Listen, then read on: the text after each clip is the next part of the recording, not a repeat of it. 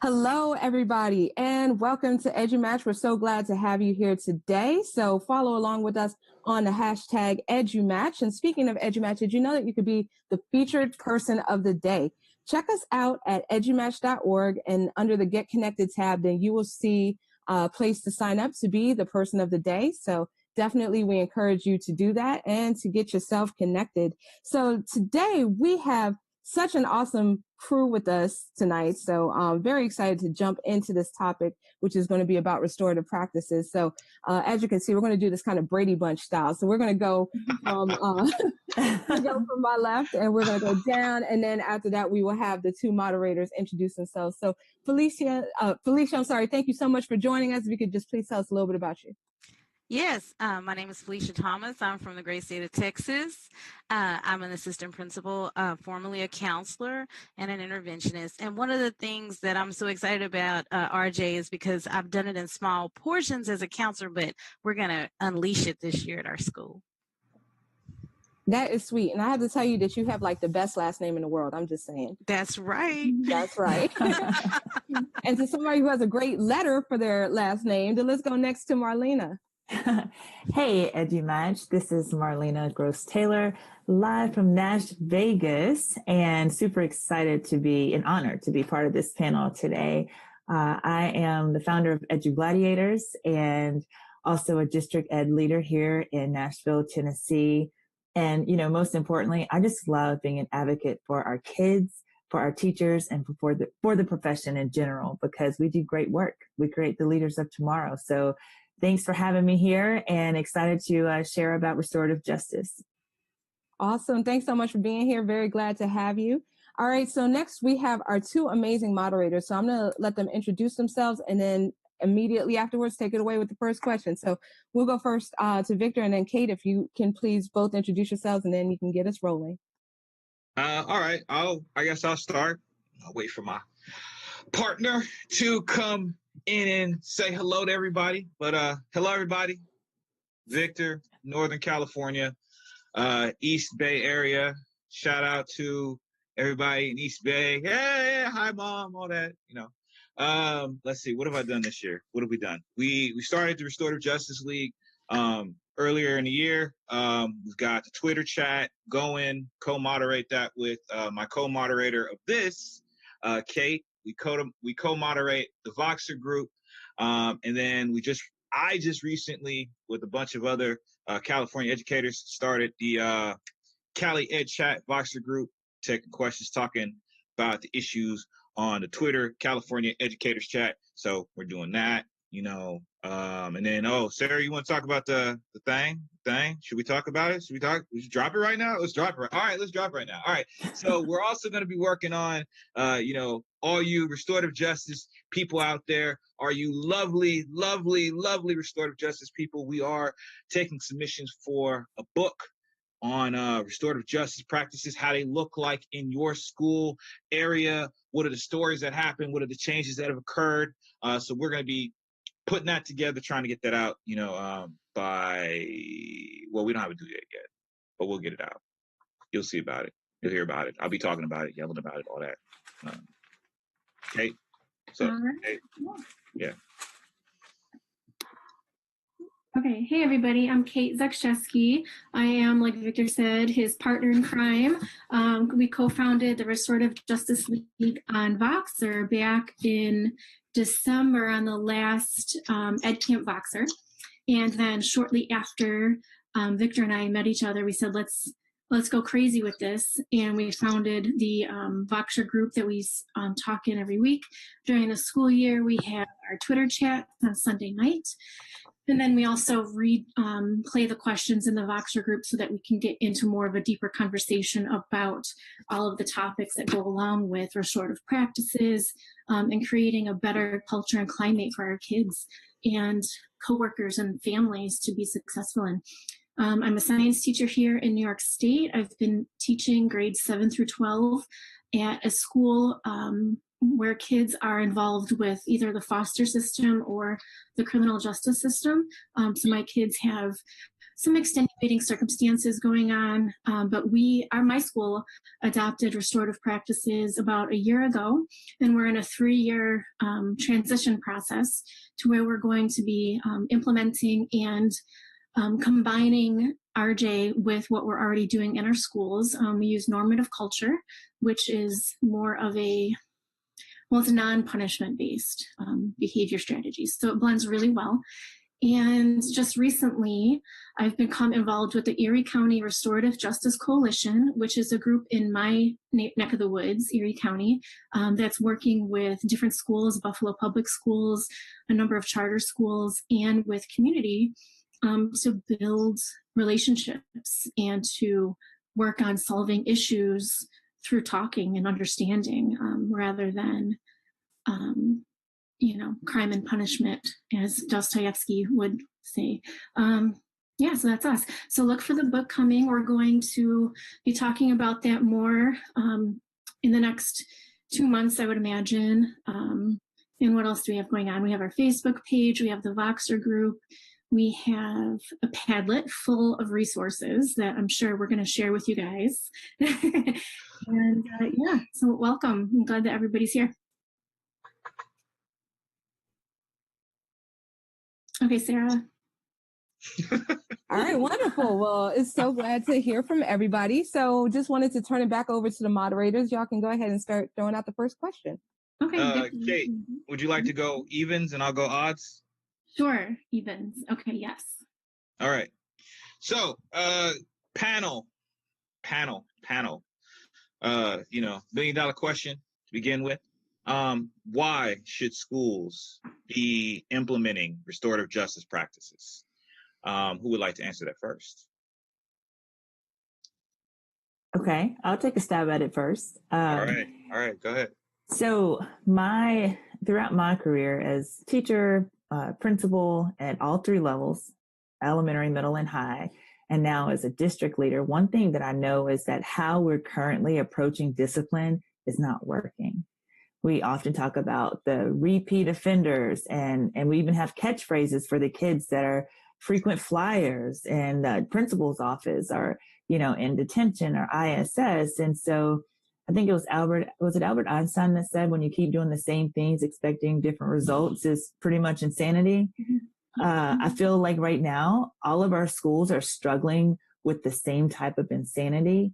And it's time for a change. So I know for me, I had restorative justice practices in my classroom and pieces of it as much as I could as a principal, and even starting to try to implement some of those now as a district leader, and encourage that we have to do things differently, because ISS detentions, those are not the answer. We have to dig a little bit deeper and really be the warriors for our kids and advocate what different looks like in our schools.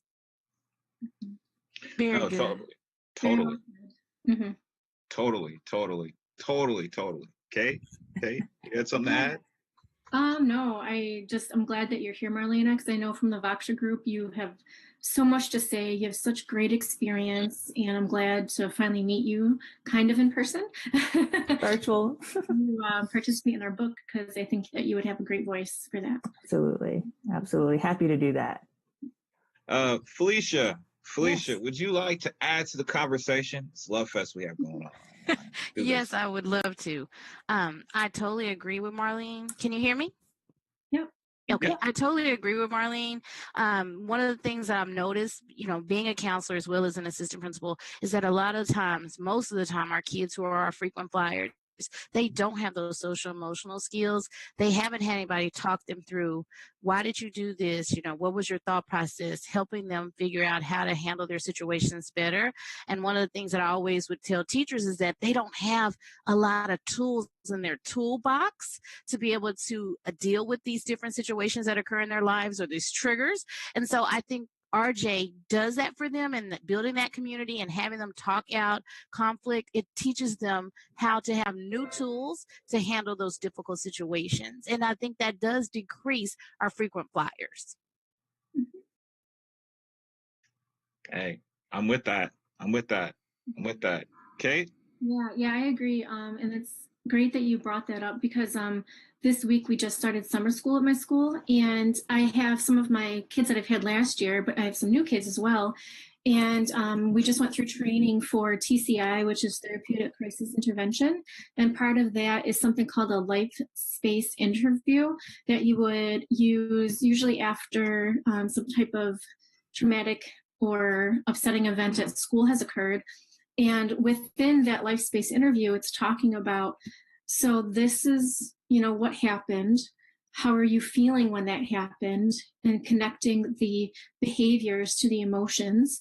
And then one of the parts of the life space interview is coming up with different ways of dealing with something that upset the student.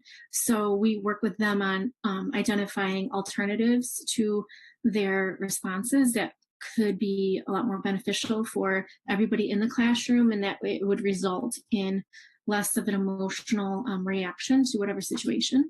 So that's great. And I just recently did a circle from the book Heart of Hope by Carolyn Boyce Watson and Kay Pranis. There's an emotional identifying emotion circle where I won't get into all of it, but the point of it, because I could talk for a while. Yeah. But the point of it was to talk about emotions. What are different emotions? And after we had kind of a roundtable discussion, each of the kids picked out 2 cards, blind pick, random pick of different emotions that I had written down. And they were to look at the cards and then identify something in their past where they have felt that way. And then we talked about the feeling and why they felt that way.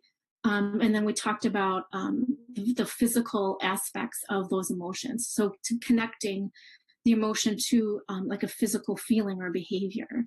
So, and I agree with you, Felicia, that, our kids really need practice with that. And a lot of times they don't have the vocabulary. They don't have the words to explain how they're feeling. And I'm really glad you bring all of that up, Kate, because I think that leads very nicely into the next question. Okay, very good. Nice segue. Let me okay, so participants, what do you do to implement restorative practices in your classroom? Felicia, do you want to go first this time? Sure. So when I was in the classroom, one of the things that I did was back when I was in the classroom, we had tribes. So we did do the circles and we did the tribes activities. As a counselor, I pull kids. It wasn't necessarily a classroom circle, but I would pull them and we would do our own circle, and we used a program called Strong Start, where we really talked about our emotions, how we feel. And then I would say that we used a little bit of the restorative in just dealing with students when they had conflict, especially last year, really talking through like, what was the harm? Why did you do it? What was it that you were trying to get? And trying to help them really think through how to handle that same situation differently the next time. And the last thing I'll say is we do this program in Texas, in one of the school districts where I've worked presently, called ARC, and we do it with teachers, and it's similar to the circles, but it's for teachers. And so our teachers sit around in circles. Administrators do not lead the circle because we want them to feel safe to say whatever it is they need to say, but it also builds that community and gives our teachers an opportunity to talk about even just what they're struggling with. So I think, RJ is great for our kids, but our teachers need it too. Yeah. Oh, I'm glad. Yeah, I have to. Sorry, I got to cut in. I got to cut in with that one. I'm so, I really think that's one of the things that really helps out a school culture is when teachers and administrators and staff and everyone is getting along. Because when everyone is on the same page, I mean, you got to think about it like a team. What are the teams that do the best? Because they're the ones that get along. They're the ones that can hear each other, that can communicate with one another, that have an understanding of what they're doing, where they're supposed to be, when they're supposed to be there, and they're on the same page. And so I really feel like, and just in my experiences of being in those circles, that's generally what you get. You get that with teachers and staff, and you also seem to get that within a classroom, definitely. Kate, did you have anything to add? Yeah, I did actually. So at another conference I went to earlier this year, one of the presenters was talking about how one school implemented restorative practices, but just with their teachers. They only did circles with their teachers. And they still saw a large improvement in student behavior.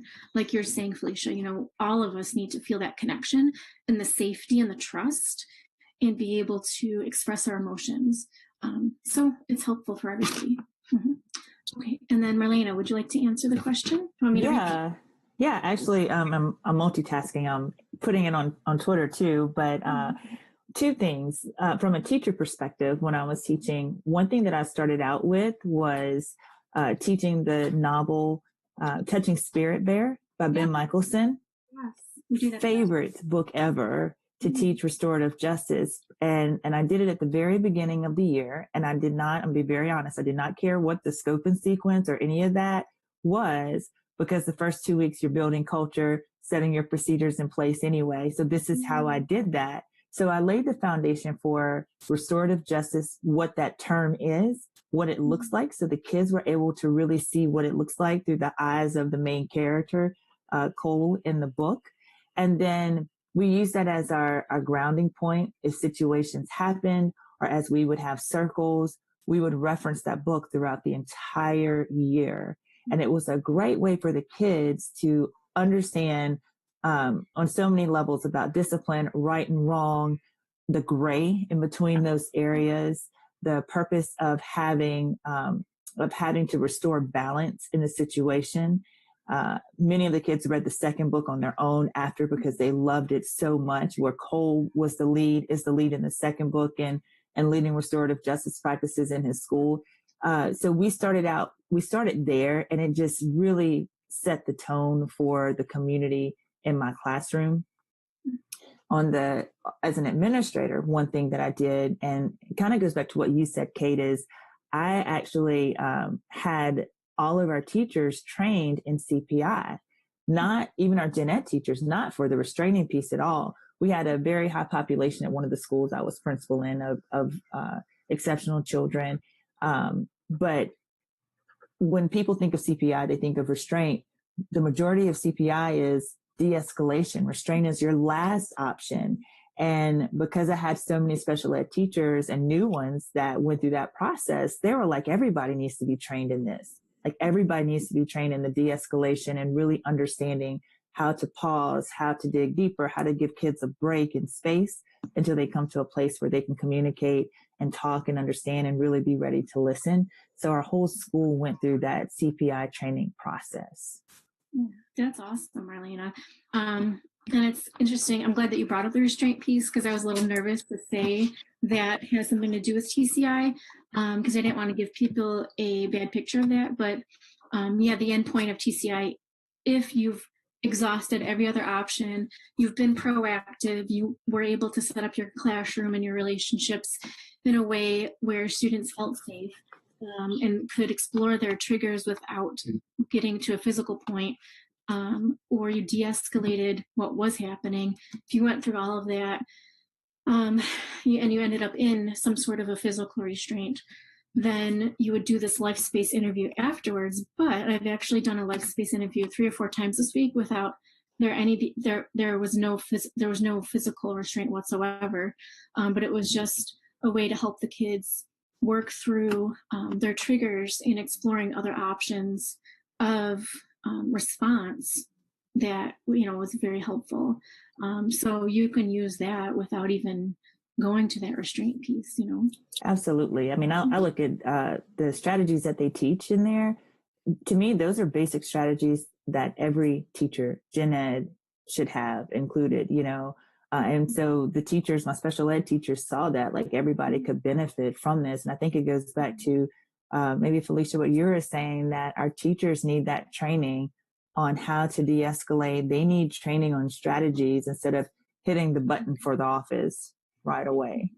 I totally agree. That's one of the takeaways I got this year, was that I felt like new teachers coming in, as well as my veteran teachers, need that input. They need that training, because without it, they don't know what to do a lot of times. And this year I really had to work with teachers on, let's identify the triggers and let's de-escalate before it gets to a place that the child is tearing up the classroom or physically violent toward others. In Texas, there is a prerequisite before we can do CPI, and it is wonderful. And last year I did have a few of my teachers just take it because it was free online, because they needed to learn how to de-escalate. A lot of times they don't come to us with that. And so they just think it's hey, the principal needs to handle this situation. So my biggest takeaway from last year that I'm trying to go into this year with is to prepare my teachers so that they're ready and they know how to handle those situations. And the last thing I'll say is, I was going to meet with a parent and I had a teacher tell me, please let her know it's not our job. No, I was going to do a talk to a bunch of parents. I was going to do a presentation at a parent empowerment seminar. And she said, let them know it's not our job to parent their children.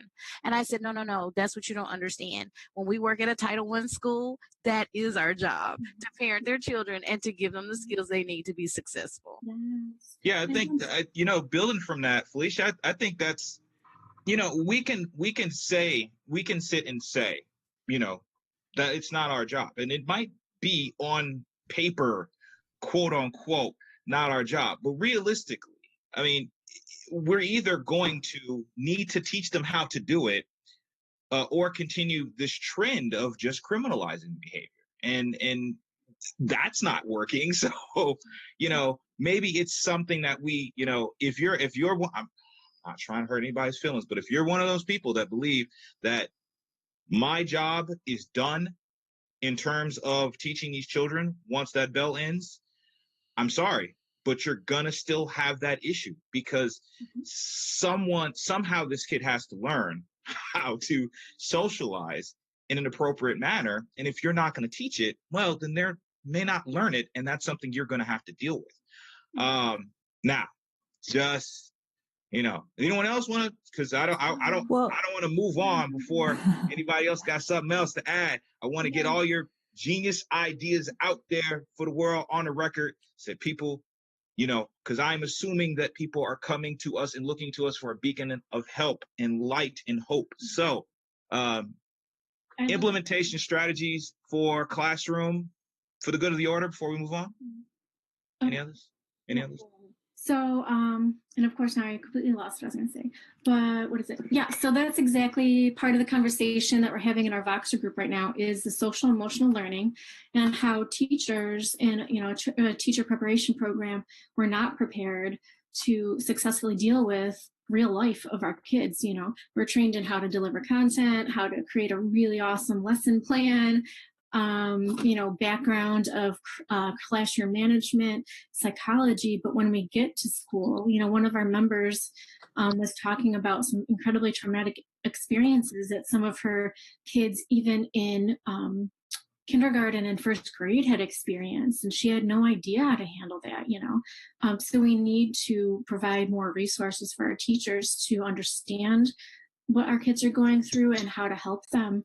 And then also part of it was that some of our Voxer members were saying that some of the more resistant teachers had said straight up, that's not my job.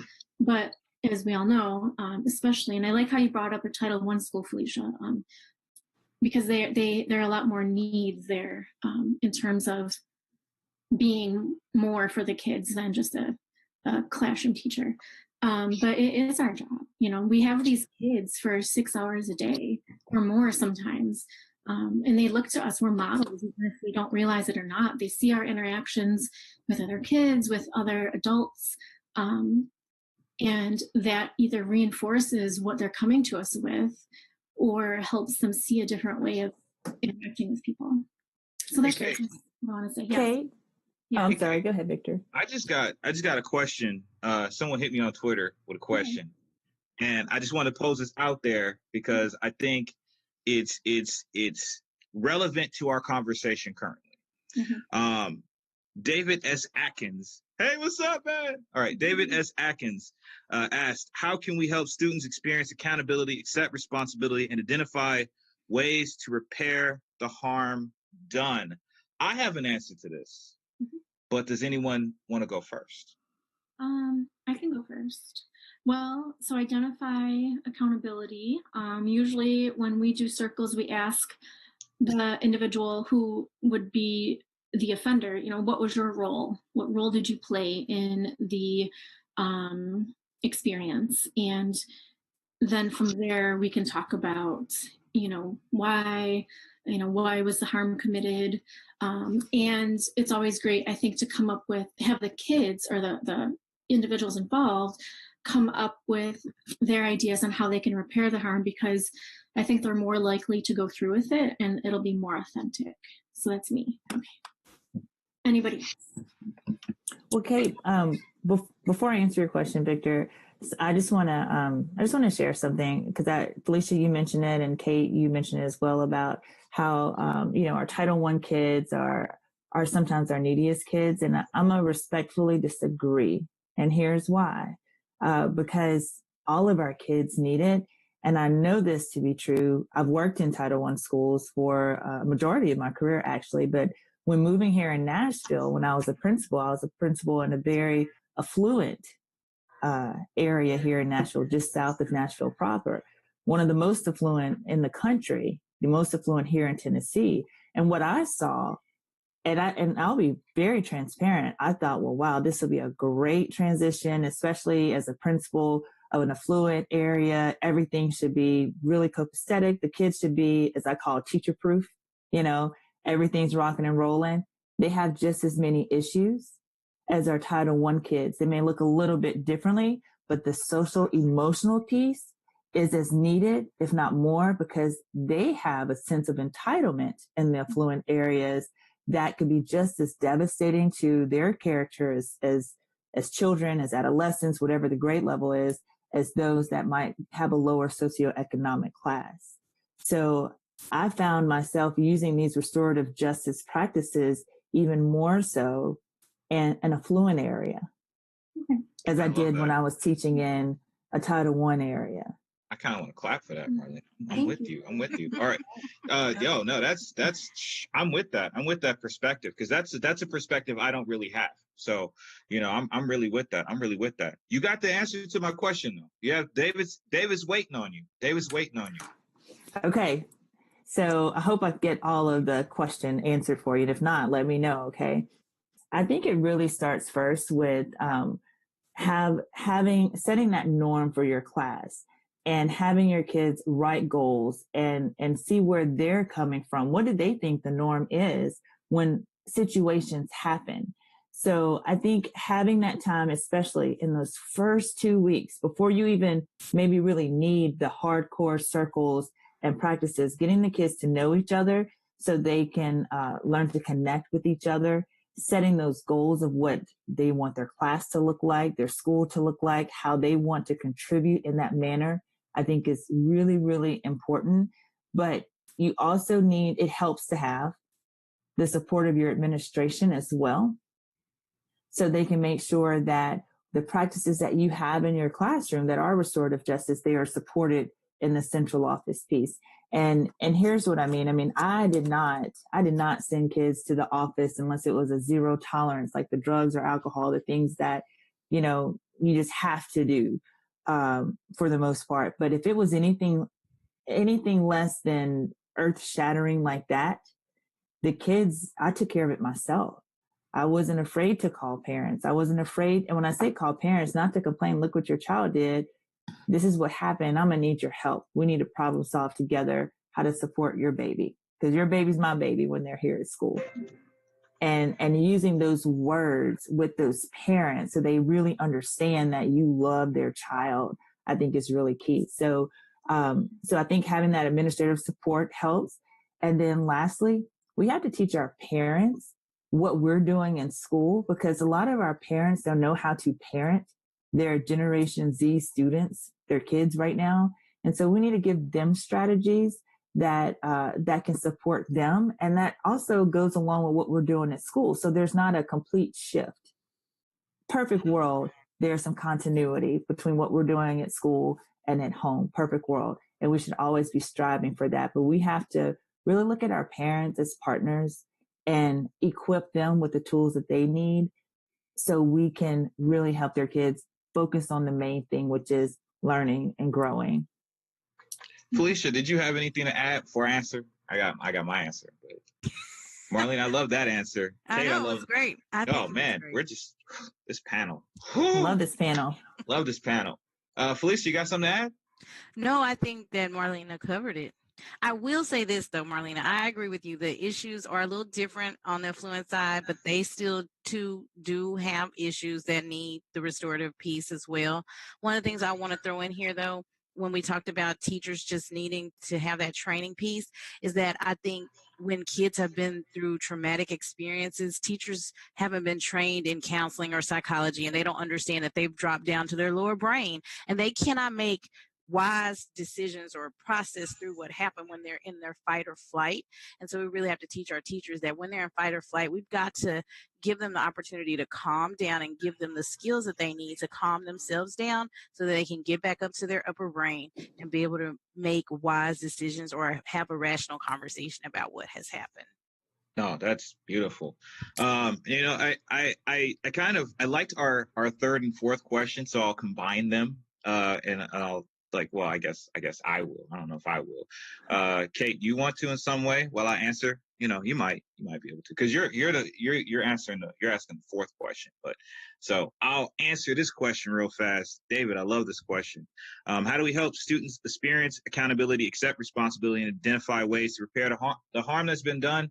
From my experiences, I would say that the best way to start the process is getting them to know each other, getting them to know teachers, finding some adults that they actually can connect with, because that person's going to need to be the person that helps coach them through this.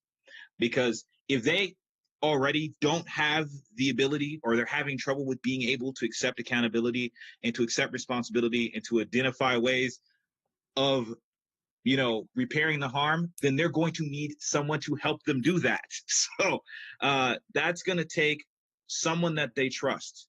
So it's really important that not only are the students getting to know each other, but the adults are getting to know the students and letting the students get to know them, because that actually creates a situation where, maybe a kid that has no one in the world feel like they've got you in their corner. And that's going to lead them to actually talking about, explaining things and issues that you were probably not ready to expect to hear, but you heard it now, and now you got to do something about it. And that's really what I've seen in my experiences, how it's happened, and how it's really been effective. We got all four of us. Kate, you got the fourth question for us, Kate? Well, yeah. So, combining, how would you implement restorative practices in your school successfully, whether it's classroom by classroom or school-wide? And what advice would you have for people who want to start using restorative practices in their classroom, or talking to their administrators about bringing in restorative practices? And Marlena, do you want to go first? Yeah, sure. Again, I think that it's hard for a lot of, let me back up. When we talk about restorative justice, we're literally talking about changing the narrative of discipline as we know it in our schools and how it's been practiced. So it's hard to be what you can't see. So I think when you're talking about wanting to move towards that direction, it's very, very helpful if, whether it's a teacher or a group of teachers or counselors or principals or whomever can actually go, they can actually see it. Now, I think we're really fortunate in the world of technology that we have tons of video clips and we can connect with people like we're doing right here from all over, to see and talk about what it looks like, to have those resources. But I think for most people, you need to see it first, to understand what it should look like, and then take what could I do in my class to start that process. To start implementing those practices. Now, from a leadership perspective, and we were talking about this in the Voxer group, I believe maybe last week, is that, in many schools, they have a whole teacher position that is labeled ISS.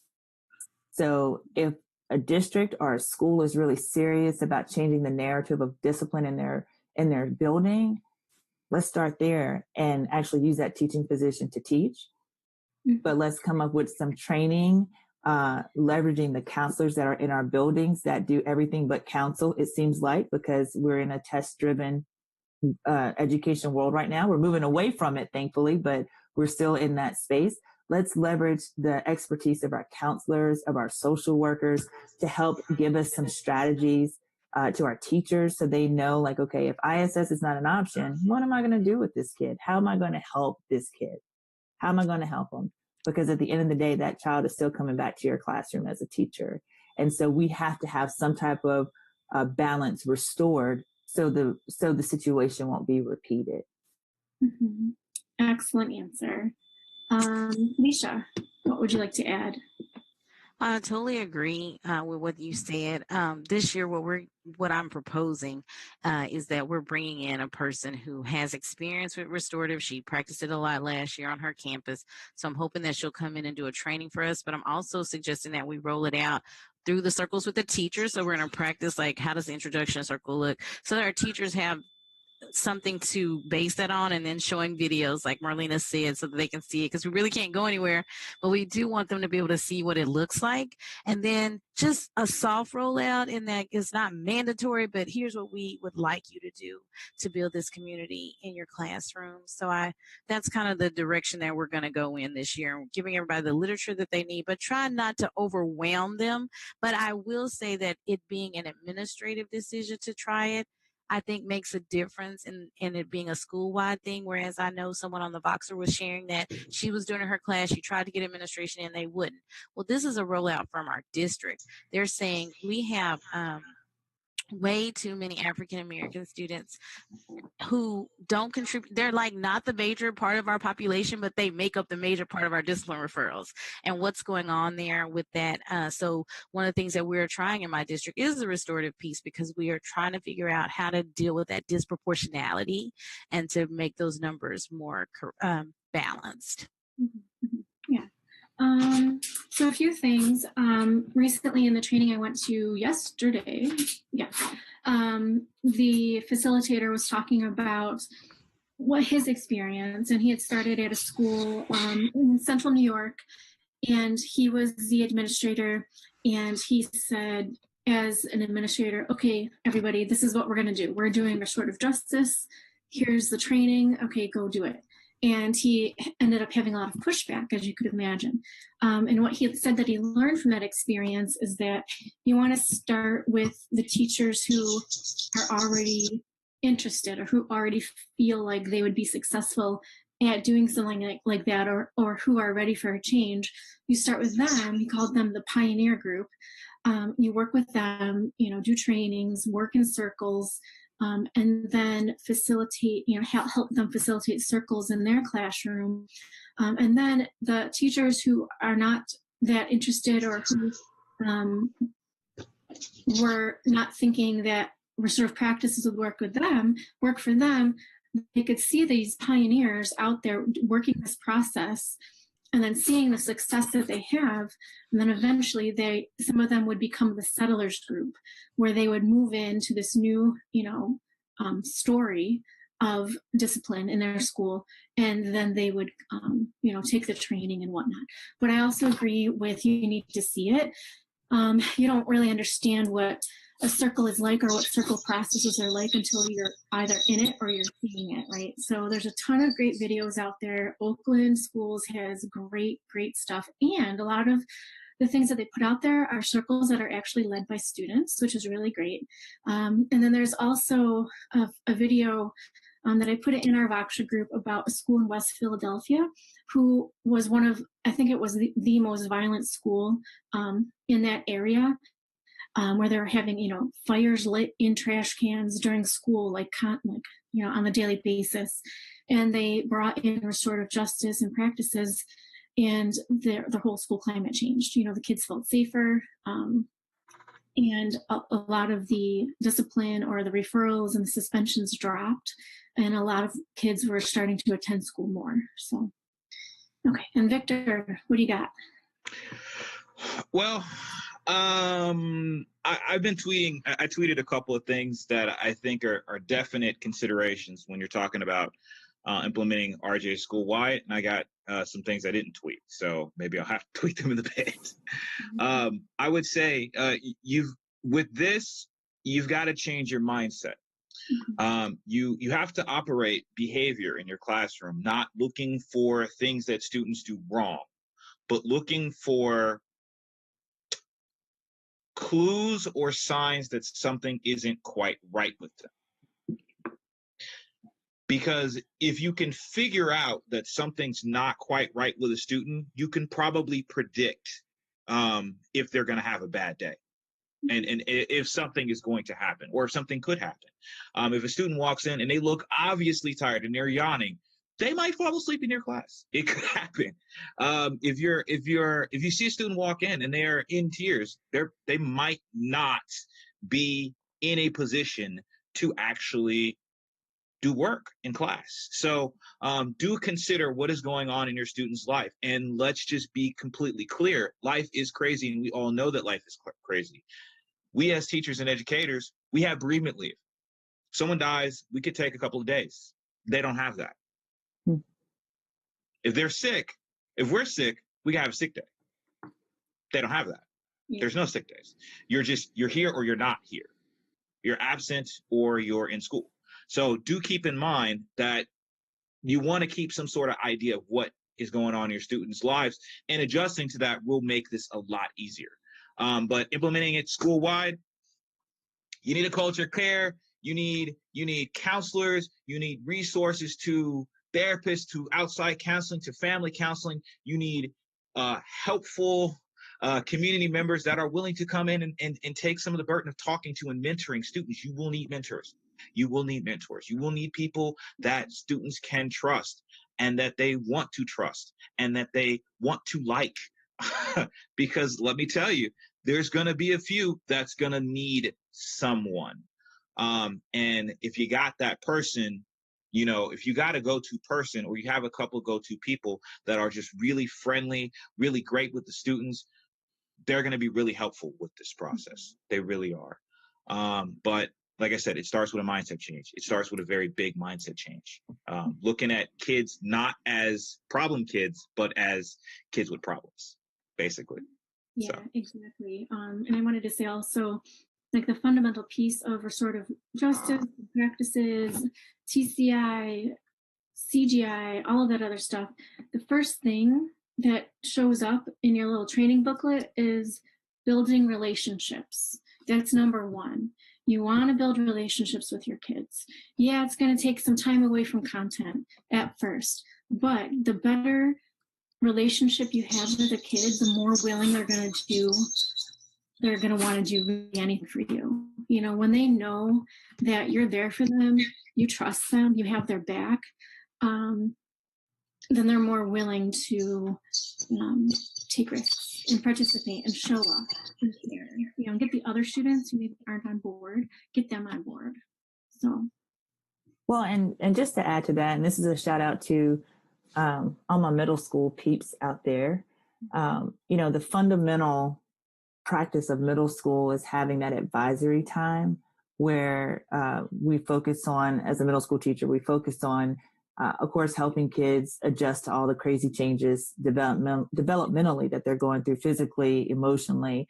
But it also provides a really great opportunity to build an in-depth relationship with kids, with their teachers. And it just amazes me that we focus on that so much, and the kids respond so well to that because they need that in middle school, and we can use some of those restorative practices during that advisory time. But when they get to high school, we feel like, okay, well, they don't need it anymore. They're older. And so I've seen a lot of high schools start to keep that model, at least through ninth grade. They call it a ninth grade academy, but all it is a glorified eighth grade, a glorified middle school model, because it has that one person that those kids can connect to. And that's something, as a middle school person, we're super, super intentional about. Like, every kid needs to have that one go-to adult. And so, when we think about restorative justice, I also feel like we can continue that. If we know it works in middle school, why would we stop that? Just like we know small group instruction works in elementary, why do we stop that in middle school and go to lecture? Same kind of concept. So I see you laughing, Felicia. It's true, so I would love to see more high schools especially do keep that advisory piece, so those kids have that person that they can go to and connect with. Yes, I agree. Can you expound, Felicia? Can you expound? Yes, it was so much. I have to like take it all in. But I totally agree with you on that. We are doing this thing called Power Hour, where we will have time set aside for our community and building those groups. But I like what you said, Kate. And now I'm thinking it and I'm like, well, maybe we should just take those pioneers and have them start and then have our other teachers see how well it's going. So that's something we may think about. But I agree on the relationship piece. And that's the part that a lot of time is missing when I have classrooms where there's a lot of drama or where there's a student and a teacher issue and she's constantly writing him up. It's usually there's no relationship built. And what I found is when I build that relationship with my kids, they'll come to me and tell me exactly what happened. Well, you know, he took my blah, blah, blah, blah, and I had to handle up on it. And they will be very honest with me and we can talk it through. And I can be honest with them and say, but you were wrong. And they're fine with that. Like we can have that honest conversation, but that's because we have this foundation of a relationship built and they trust me and they know that I care about them, but I care about them enough to tell them the truth. And so I just, if I can get all my teachers to buy into the importance of building that relationship, that is the beginning. And then they will do whatever you ask them to do. They will listen to you. They may not agree, but they'll be like, yes, miss, you're right, miss. All right, miss, I'm going to think about that. So you're right. Relationships are just the foundation for helping students be successful. Love it, love it, love it, love it. Okay, so those of you who are listening to this right on Zoom or wherever you're listening to it, Kate and I just posted that Padlet. Restorative Justice Practices Resources. It is epic. That's why it is called Epic. Padlet. Restorative Justice Practices. If you yourself, human being, listen to this. If you yourself have anything to add to that Padlet, please go ahead and do that. That's why we have it. Victor, you have to let me sing the song. Go ahead, sing the song. Go ahead. Put it on the Padlet. Put it on the Padlet.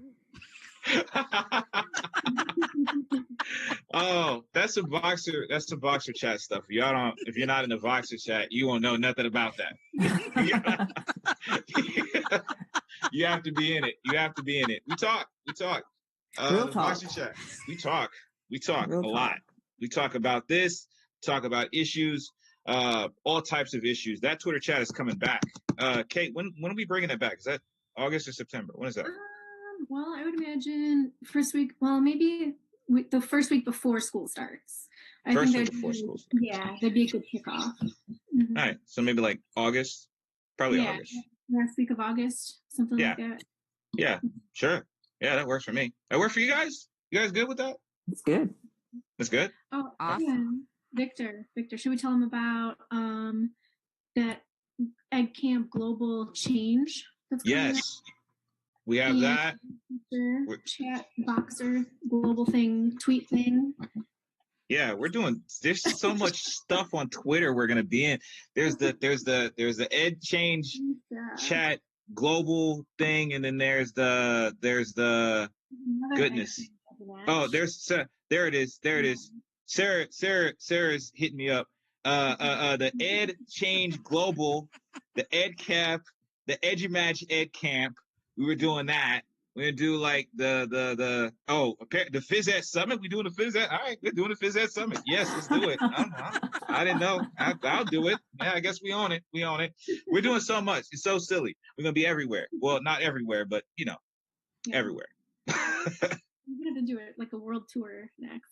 Yeah, like a Restorative Justice world tour. We're like, you guys are good with that, right? Everybody's good with that. We're Marlena, good. You got an issue I'm ready with that? To go on the road. Yeah. Ready to go on the road? Felicia, you got your bags I'm packed? there. Felicia? Yeah, I'm ready. Oh man.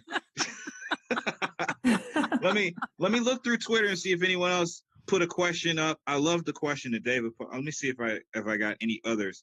People were asking about the Padlet. The Padlet's up. Go for the Padlet. Go to the Padlet. It is marvelous. It is marvelous. It is marvelous. I'm having people telling me that their union needs to get behind this. Their district needs to get behind this. Yeah, everybody's need to get behind this. This is. It makes sense. It makes sense. We're teaching kids how to be good people. Right. Let's see. And I'll tweet out the link to our Voxer group if anybody out there knows what Voxer is and wants to join our group or is not sure what Voxer is, just message us and we'll tell you. We'll send you some cool videos. So I'm going to go ahead and tweet out our Voxer chat. There's also the Twitter page. Do we get a Twitter page, love? The RJ League Twitter page? Yes. At RJ League chat Twitter page. Yes. Yeah. It's everywhere. Yeah. What don't we got? We can get some more of that. All right. Do we want to do parting thoughts? Yes. We should. Sarah, you got something to add before we? I'm gonna let y'all say what you gotta say before I close it out. But really quickly, I just want to jump in and say Lizette is saying make some t-shirts. So that should go along with the world. Make some t-shirts? Yes, that should go along with the world tour. But all right, RJ League t-shirts, man. Maybe hats, maybe merchandise. I don't know. Parting thoughts. Restorative justice in schools, classrooms, all that. I'm just Anybody gonna say, start? Yeah, I'll start. I'll say, what drives what I do every day is what's best for kids, and RJ is what's best for kids. Marlena, got anything? Love it, Felicia. I love that. That's awesome, Felicia. Totally agree with that. I mean, that's the call of Edu Gladiators, right? Bringing in a new era of how we do things based on what's best for kids. And when we talk about discipline, I think, whether you're ready to jump both feet into restorative justice or you're dipping a toe or two in it, just remember that when we talk about discipline, it's not about you. You can't take it personally, what the kids say or do, because they're just reacting in the only way that they know how to whatever situation that normally doesn't even involve school. So just keep that in mind and continue to be encouraged and stay connected to people that are trying to do what you're trying to do or maybe already doing it, so you can continue to connect, learn, grow, and succeed for your kids. Love it. Kate, you want to go or should I go? I'll go. All right. Using restorative practices has changed my classroom for the better. Not only my classroom, but I think it's just changed like my kids' lives for the better. And you should just look up whatever resources that you can find. There's a ton of books out there, a lot of videos, training. And even if your administration doesn't necessarily support you in doing it, you can still create a strong community in your classroom. And you can still get the benefits of that. Okay. Oh. All right. I'll end on this. To everyone that's listening to this or watching this and shaking your head and going, oh, those loving, bleeding heart educators. I want you to think about something. If you are dead set on punishing your students and you really believe that punishment is the best way to correct their behavior, suspension ain't a punishment. It's not. You mean to tell me I do something wrong and I can go home? Darn. Yeah. Darn. So for all of you that's still suspending students and really believes that that's a punishment to the kid, I can probably bet you that it's not. It's not. You mean to tell me all I got to do is yell a curse word and I can go home and lay in my bed? Okay. All right. That's the mind of a child. That's the mind of a child. Can I add to that, Victor? In one of the videos, a student addresses that and says, I think it was in the West Philadelphia video, and she says, all kids really see suspension as is free time. They don't really see it as an actual punishment. They just like, great, I can go home, sweet, And there's a billboard that I drive past every day that says, after 2 suspensions, the dropout rate for that particular child goes to 50%. So he or she is 50% more likely to drop out after being suspended twice. And so that's not our think about the future. And these are the kids that will be taking care of us at some point, So yeah, don't really care about what their outcome is. Think about how your life will be impacted later when you're old. There you go. Yeah. Sorry, Kate. I was just agreeing with it. I was just saying yeah over and over again. Yeah. Yeah. Yeah. Victor, Yeah. you're hilarious. I'm just agreeing. That's all. I'm just agreeing. Well, that's been this. We've had a good time. I've had a good time. Oh, y'all had a good time? Absolutely. Sarah? Yeah, I had a great time. Oh my goodness, you all are amazing. So thank you so much for bringing your great insight today to EduMatch.